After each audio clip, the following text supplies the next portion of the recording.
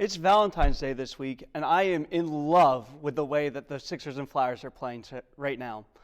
I'm also falling for the Phillies lineup as it's set for spring training. Get the puns? Yeah? Is that enough of them? We'll break down those teams and more here on this episode of Sports Talk Philadelphia.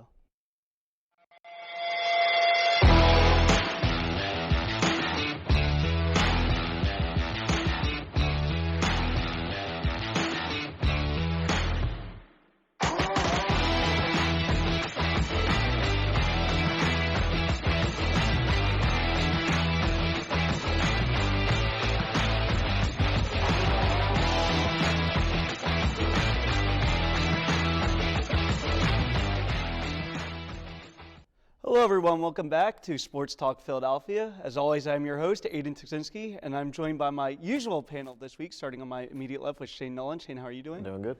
We've got Riley Kavchuk in the middle. Riley, happy to have you back. Happy to be here.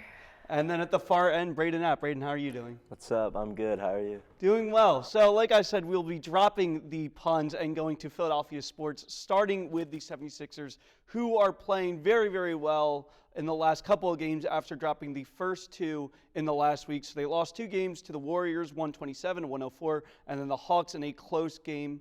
But starting before that is the trades that happened that factored into those games. So first you had just a ton of trades. So you had Marcus Morris, Furkan Korkmaz, and 3 second-round picks for Buddy Hield.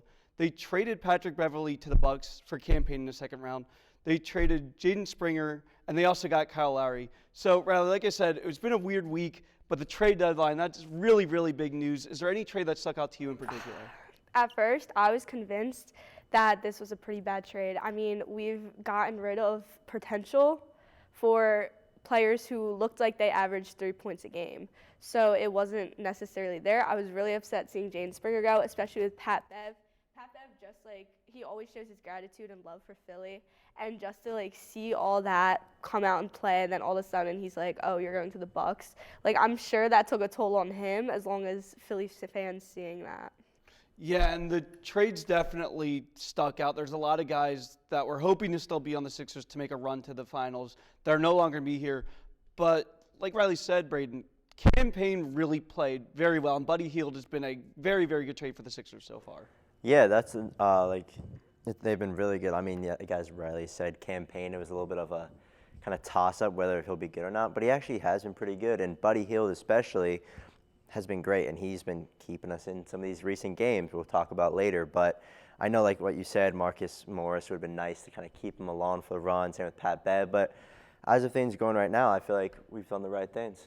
Yeah, when you look at the Buddy Hield trade, that was a trade that the Sixers could have made a couple years ago, also getting Tyrese Halliburton, who's been a stud with the Pacers, but they would have had to give up a ton of really good players. Ben Simmons was part of that trade deal. I believe Marquise Thibault was also part of it, and a first-round pick. So, Riley, it is good that we finally got Buddy Hield and didn't have to give up nearly as much as we would have in that proposed trade. Yeah, that's definitely true. Getting rid of, like, Korkmaz, first of all, he did not want to be here. He wanted to be traded with Harden, but now he's gone, so hope he's happy. Marcus Morris, we didn't see that much of him this season. So seeing like the trade, how it played out, it actually was not that bad for Buddy Hield, who has, within his 2 games being a Sixer, has had 67 points. Yeah, and like I said before we talked about the trades, the Sixers did have a couple of tough losses in close games to the Hawks. The Warriors one wasn't that close, but there were stretches where it felt like they could win. And then they've won back-to-back games against the Wizards, which was a closer game than I think people would have liked. But that Cavaliers win really, really big. Braden, when you look at it, the guys that we traded for really stepped up. Campaign has played really well. Buddy Hield's dropped 20 points in numerous games. It's looking like that they're playing more cohesively since the trade deadline. Yeah, they really have been. And to go off your point, like with Buddy Hield, he is, in every game he's played, he's gotten over 20 points, and he's really been one of the guys to step up since Embiid has been gone. So it's been really good to watch that. And yeah, as you said, especially with that Wizards game, it was a little too close at times, especially at half, but we pulled off the win. That's all. Yeah, and like Braden mentioned, no Joel Embiid, and that's going to be the case for a really long time. So it is good to see people stepping up. But Riley, to me, there is a little bit concerned because Buddy Hield's playing well when the Sixers have to go with their guards. when Embiid comes back, do you think that there's going to be a drop in production from Buddy Hield, or do you think they can all play well together? I feel like there's gonna be some times where they can play together, but I feel like there's also gonna be times where they try different rotations. They might put him in. I don't know exactly what they have planned, but I feel like there's definitely going to be times where they get to play together, and I feel like that could be beneficial for the team. Yeah, the Sixers definitely are going to have to find a way to make that planning. But I will say, Braden, I feel much more comfortable having Nick Nurse be the guy in that position to figure out the rotations than I was with most Sixers coaches in past years. Yeah, that is something like what you said, Nick Nurse. I'm glad he came in, and I think right now he's been doing good. And also go off of Riley's points a little bit, I think production probably, especially with Buddy Hield, will go down. I think that's just, it's just normal and common. He probably will. But I think Nick Nurse will figure it out, and I feel like everyone will still get involved and do what they need to do. Yeah, and when you see the way the Sixers are playing, like I said, those 2 losses were a little bit tough.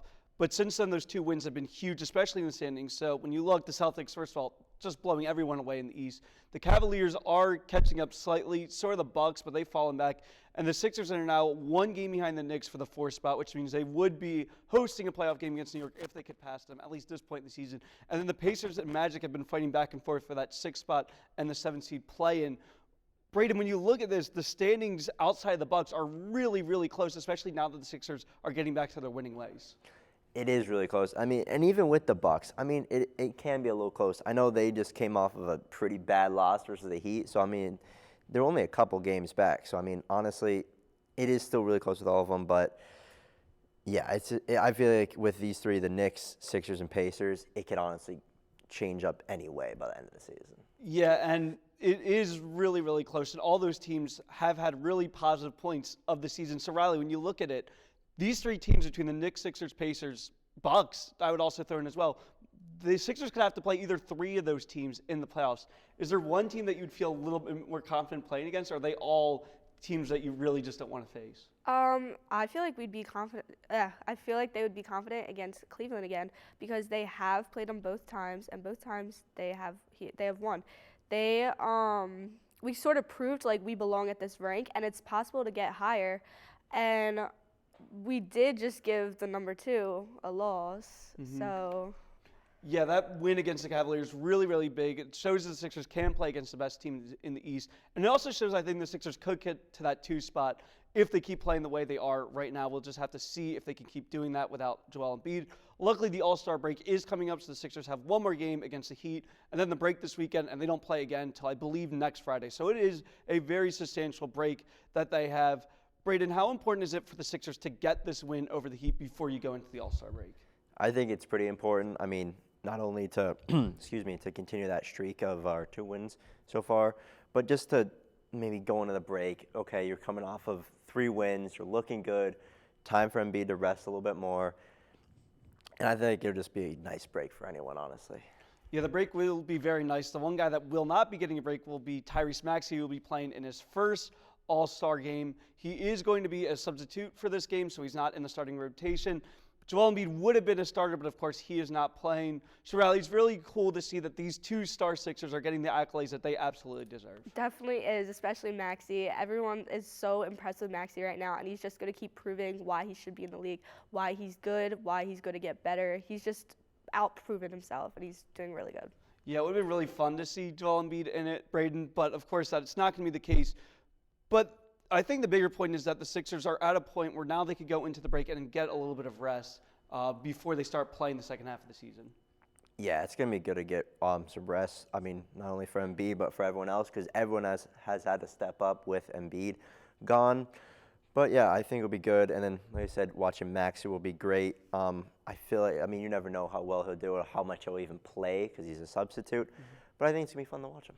Yeah, I'll definitely be tuned in for this one, especially just to see Tyrese Maxey and all the other All-Stars and then get ready for the second half of the season. So that wraps up our talk about the Sixers. We're now going into the Flyers, who have played very, very well as well. They've now won 4 straight, including 3 of their last games in the past week. Big wins over the Jets and Kraken, and then a tight game over the Coyotes that they were able to pull out. Shane, you got to feel really, really good about the Flyers starting the second half of the season.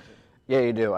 They come out of the All-Star break they go into the All-Star break losing 5 straight, coming out of the All-Star break on a 4-game win streak. Right out of the All-Star break, they faced two tough teams, two of the top teams in the league, in the Jets and the Florida Panthers, and you beat them. You play a tight game against the Panthers and win that game 2-1, and then you almost shut out the Jets again this season and win that game 4-1. So yeah, it's good to see them playing against those teams like that. And then obviously the Kraken and the Coyotes, they're two like wild card teams right now, but to be able to make that comeback against the Coyotes the other night was good to see. Yeah, one guy I want to give a really big shout out is Calvin Peterson, who's the backup goalie for the Flyers. 17 saves, 2 goals allowed in the win over a very, very good Kraken team. Shane, I do believe that the Flyers are going to look at other goalie options, I'm sure, but it is good to see Calvin step up and play the way that he did. Yeah, it is, and I think they needed that because of how much Urson has played. I mean, I know, like, I brought it up again, the All-Star break. I know they had that break; they had a couple of days off, but he's just played a lot. He's just played a lot this season. So you need a serviceable backup, and Cal Peterson was very good against the Seattle Kraken. He made me nervous at times. Looked like he was kind of oversliding sometimes out of the net and stuff like that, but he was really good against the Kraken. Yeah, and then we got Scott Laughton and Travis Konecny both playing really, really well as well. And Shane, when you look at it, those two guys are going to have to be really, really big when it comes to the Flyers making a possible playoff run. Yeah, I mean, Scott Laughton, he hasn't been good for this season so far, but he has goals in back-to-back. He has goals in back-to-back games, and that's what you want to see. One of the goals were on a power play, and that's something that they need to work out. But yeah, him and Travis Konecny, they've been really good on the penalty kill together, especially scoring some shorthanded goals this year between the two of them. The other night against the Coyotes, he assisted on one of Konechny's goals, and then Scott Laughton also scored in that game. So yeah, these are two guys that need to continue to step up for the Flyers. And then when you look at the Metropolitan standings, you can see the Flyers are right there with the Hurricanes for the second spot. The Rangers do have a slight lead, but it's not nearly as big as the Celtics lead over the Sixers in the NBA standings. So the Flyers definitely have a better chance of getting the 1 seed than the Sixers we just talked about in the last segment. And then you got the Devils, Islanders, and Capitals all fighting out for the bottom spots. As of right now, no team in the Metropolitan has wildcard spots, although the Devils are right there with the Detroit Red Wings. Shane, when you look at the standings, you feel good about the Flyers, but you also feel like they could be a little bit better. There's some games that they definitely lost that they feel like they should have won. Yeah, no, and especially because right now, at the first day of the season, you were playing teams not really in your division, not really in your conference. You're playing West Coast teams. You were out west a lot. And right now, coming down the stretch, you're going to be playing a lot of the Eastern Conference teams, especially the teams in your division. And these are the teams you're going to need to beat if you want to stay in a playoff spot, especially because the Eastern Conference right now, and especially in the wild card race, it's a tight race right now. So these are going to be important games coming up for the Flyers. They don't have any more, aside from one West Coast or Central team in the Blackhawks, so that's the only other one where they have to go out of the Eastern time zone. So yeah, it's going to be important for the Flyers coming up. Yeah, and I know that the Rangers are 7 points ahead of the Flyers, and most people didn't even think we'd be talking about Flyers playoff chances, but right now that is a possibility, so we have to mention the fact that the Flyers could potentially catch the Rangers. Do you think that is something that could happen? I don't know if they're going to be able to catch the Rangers. I mean, I know before the All-Star break, the Rangers were on a little bit of a slide, and the Flyers were able to kind of get a couple points. At some point, they were 2 points behind them. But I think the best bet is probably either going to be the third or second seed. I think they can at least hop over the Hurricanes. But yeah, the Rangers are probably going to be tough to get to. And like I mentioned, there's no Metropolitan teams that are fighting right now for that wild card spot. If the Devils were to pass the Flyers, and again, that's a very big hypothetical right now with the way the Flyers are playing, but it's something that could potentially happen. Do you think the Flyers would be able to fight with some of the Atlantic teams for that wild card spot? I think they can. I mean, they just recently they played well against the Florida Panthers, and they didn't play well against the Bruins when they played them. But I think maybe the Panthers and maybe the Lightning are kind of two teams the Flyers can kind of go up against. They're big teams, but the Flyers kind of play their style of game. Yeah, and the Flyers, like Shane said, lots of games against teams that are going to be in the Eastern Conference, including 2 this week, one against the Maple Leafs, and then the big one against the Devils at the Meadowlands, part of the Stadium Series. Shane, that's always a part of hockey that people really, really enjoy. It's become always a classic for hockey fans. What are your thoughts going into this game for the Flyers? They need to attack Jack Hughes. He came back from an injury with the Devils a couple days ago, and ever since he came back, the Devils have been playing better. So that's going to be a tough game for them. So you just need to look out. You need to look out for that. But also, the Devils' goaltending is not that great this year. So I mean, and the Flyers have been pretty good at scoring this year. So just attack the net, keep Jack Hughes off the scoring sheet, and you should be pretty good. Yeah, and the fact that these are two teams that are fighting right now for a playoff spot with this national stage set for them, Shane, to me, this almost feels like the most important game the Flyers have played since the 2020 playoffs against the Islanders. Would that be too much of an overstatement, do you think? Probably not. I mean, because like you said, the Devils are kind of climbing the standings a little bit. They're at least 1 point or 2 points out of the last wild card spot, and the Devils are a good young team. They were in the playoffs last year. They were a really good team last year, and they did have some injuries that kind of set them back a little bit this year to a lot of key important players. So yeah, I think that this is probably one of the most important games since the Islanders playoff series. So yeah. Yeah, hopefully the Flyers can get a win in both of these games. Shane, when we come back next week, what do you think the Flyers' record will be since then? Do you think they'll pull off both these wins? I think they will. Yeah. I mean, I know the Maple Leafs are going to be a tough game. They're a really good team. They got Austin Matthews, Mitch Marner. But once again, both teams, the Devils and Maple Leafs, don't really have good goaltending right now. So they need to take advantage of that. Yeah, the Flyers have done that recently against both the Jets and Coyotes. So hopefully they can keep up attacking subpar goaltending with some of these other teams. Thank you, Shane, for that segment. We're now going to follow up with Phillies spring training. Yes, the Phillies are back at play, as you saw with Braden's jersey earlier when he was talking about the Sixers. It's more fitting for this segment, I would say. And when you look at the way the Phillies starting rotation, we'll get with that first, is set up, it's looking really, really good. So first you got Zach Wheeler, Aaron Nola too, just had that really big extension, Taijuan Walker, Ranger Suarez, and Christopher Sanchez. Shane, when you start out with this rotation, you've got to feel pretty good about the way it's set up. Yeah, you do, especially with the way Christopher Sanchez came in last year, because you thought Andrew Painter was probably going to get a starting spot out of spring training last year, and then he had Tommy John surgery, and Christopher Sanchez stepped up in that fifth spot for the pitching role. So right now, I mean, Walker's still a little. I never really liked that contract because when he was pitching with the Mets, he wasn't very good. And then we've seen it this year, a couple games. He let up a lot of runs. But yeah, overall, I think the pitching is going to be really good this season. Yeah, Andrew Painter probably won't be back until 2025 since he got Tommy John surgery late last season. Chances are he won't be ready till then. But Braden, when you look at the fact that the Phillies have both Zach Wheeler and Aaron Nola ready to go, you've got to feel really, really good about that.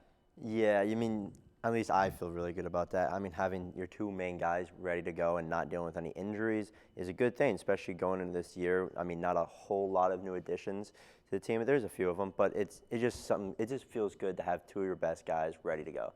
Yeah, Riley, like Shane said, you definitely have some questions at the back end of the rotation. Christopher Sanchez is sort of a toss-up, someone they didn't really want starting, but they had to. Taijuan Walker's contract, a little bit iffy. Do you think that the Phillies try to go for another starting pitcher right around spring training or during spring training? I feel like that's usually the trend. And then we got to see all of them in the lineup play at some point during like playoffs. And not that they helped us that much, but we still got to see what they could do. But definitely Wheeler and Nola will be fun to see, especially Nola because we didn't get to see him basically at all in the postseason last season. Yeah, it'll be really cool to see them. And then when you go with the starting lineup, it looks basically the same that we saw in the playoffs last year. Not too many changes. You got JT Realmuto at catcher, Harper at first base, since this will be his first season as the full-time first baseman. Middle of the infield, pretty much all the same. Brandon Marsh is projected to be the starting left fielder, but we will see if he's able to play the first game because of his knee injury that he got surgery for. Nick Castellanos in right field. Yohan Rojas will be the full-time starter this year because he only played 59 games last year. And Kyle Schwarber's moved to full-time DH. Shane, how do you feel about the way that this lineup is set up? Obviously, this isn't the way the lineup will be set up in the batting order, but it's good to see the positions are pretty much filled out. Yeah, it is. I mean, I still think you need at least one more bat. Just because of the way it ended in the championship series last year. Your top guys went I think they were like 3 for 30 something in game 6 and 7, and that was Harper, Turner, and Castellanos. Was just the way they didn't hit in Game 6 and 7. I mean, they swung at a lot of pitches that weren't strikes, and that's something that can't happen this year. But I think that this team is probably going to be motivated this year. I mean, we've seen it last year when the Braves won the division in Citizens Bank Park, and you see Nick Castellanos out in the dugout. You know this team can get motivated. So I think that they'll be a lot better this year. Yeah, when you look at Brandon Marsh, that could be a really significant injury if he's not able to get back for opening day, because the Phillies really only have Christian Pache, Jake Cave as their outfielders right now for that position. Riley, to me, it seems like that if Brandon Marsh isn't ready to go, they'll have to trade for someone, at least someone that could fill in for short roles and substitutions. Yeah, I feel like that would be the most beneficial thing to do at the time. But even with or without, I feel like they would be fine. Everyone else is pretty strong, and I feel like we're good. Yeah, I'm really excited to see Bryce Harper play a full season at first base. We got to see him in some games last year. And Braden, the fact that he made the transition so smooth to first base, to me there isn't any question that he could potentially be a Gold Glove first baseman. Yeah, I mean, he's obviously a fantastic player, and to see him just go to first base first time ever, and he played very good. So yeah, I mean, I wouldn't count that out at all. Yeah, I remember that first play that he had against Cleveland, first time playing first base, that ridiculous catch going into the dugout. Shane, the Dodgers made a lot of great signings, Braves made a lot of great signings. How confident are you in the Phillies' chances of making another run into the postseason? I mean, they're pretty high. I think they can. I mean, yeah, you still have the basically same team from last year, and you usually want to, after what happened last year, you usually want to kind of make your team a little bit better. But I think their chances are pretty good again this year to make the playoffs and maybe win the division.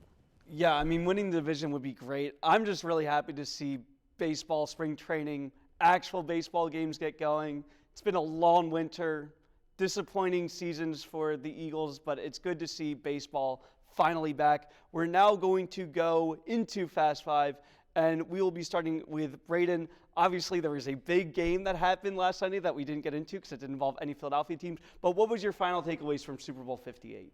I think overall it was a good Super Bowl. It was a very close back-to-back game. Some people didn't like it because some people thought it was a little bit boring. I thought it was just a good battle against both teams. But I mean, it's not at least the result I wanted it to go. I know a lot of people wanted the Niners to win, but I mean, it's whatever. We'll move on, I guess. Let the Mahomes takeover happen. But I think overall it was really good. I thought Usher wasn't bad, but I mean, overall it was.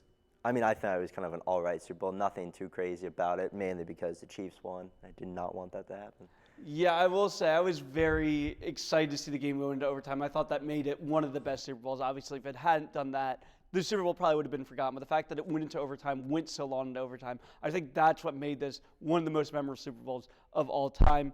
We're now going to go to Shane Nolan with one of our favorite segments on the show, Talking Baseball with Shane Nolan. Yeah, well, I mean, I'm pretty sure this is obvious. Over the weekend, trucks were packed and headed down to Florida and Arizona for spring training as pitchers and catchers are getting started this week, getting started to throw, and we're closer to baseball, just a month and some days away, and getting their first spring training games starting the end of this month.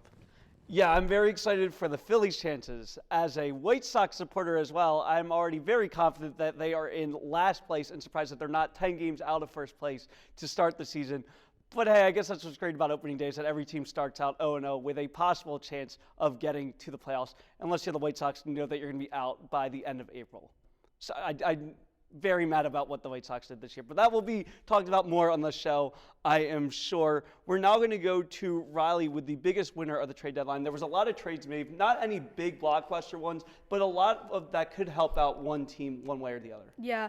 I don't know what the NBA and the Celtics have, but the Celtics get everything they please, and I say this with so much passion that Jaden Springer was probably one of the most underrated players coming into the league. He didn't get to play that much, but he has a lot of potential, and unfortunately Philadelphia will not be able to see him grow into that potential, but lucky Boston, they get to. But the Knicks had some good trades too.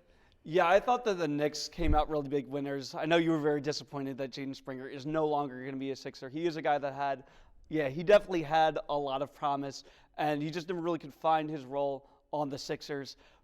Riley, when you look at the way the Knicks handled the trade deadline, though. It is pretty scary. I mean, the Sixers did really well, but to see other teams do well, it doesn't make you feel great.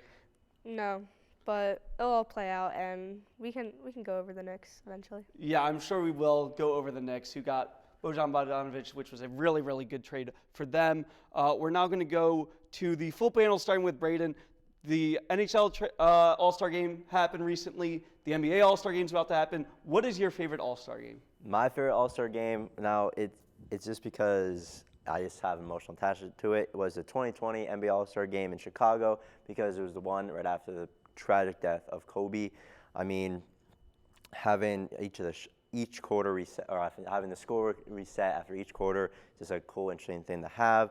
And then each team, Team LeBron wearing 24, and then Team Gianna, or not Team Gianna, Team Giannis wearing the 2 for Gianna Bryant. And then at the end of the fourth quarter, they have to go and get to 24. I just thought it was really cool. Obviously, it was an emotional one after Kobe Bryant's death, but I just thought it was one of the coolest ones that's happened. Yeah, Riley, what about you? I also had the same one. It was just like such an emotional game that like everyone, there was no like certain thing that they were winning for. They were all playing together for memorial, basically.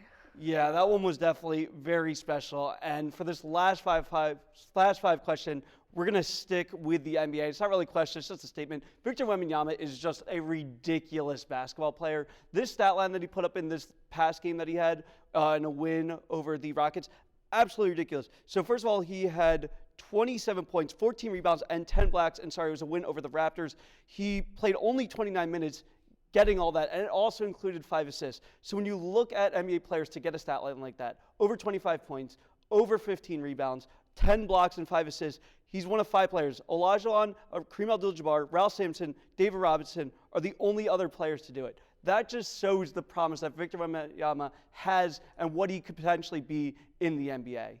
That wraps up this episode of Sports Talk Philadelphia. Thank you so much for watching. Make sure to check us out on social media at Twitter and Instagram at Sports Talk LTV.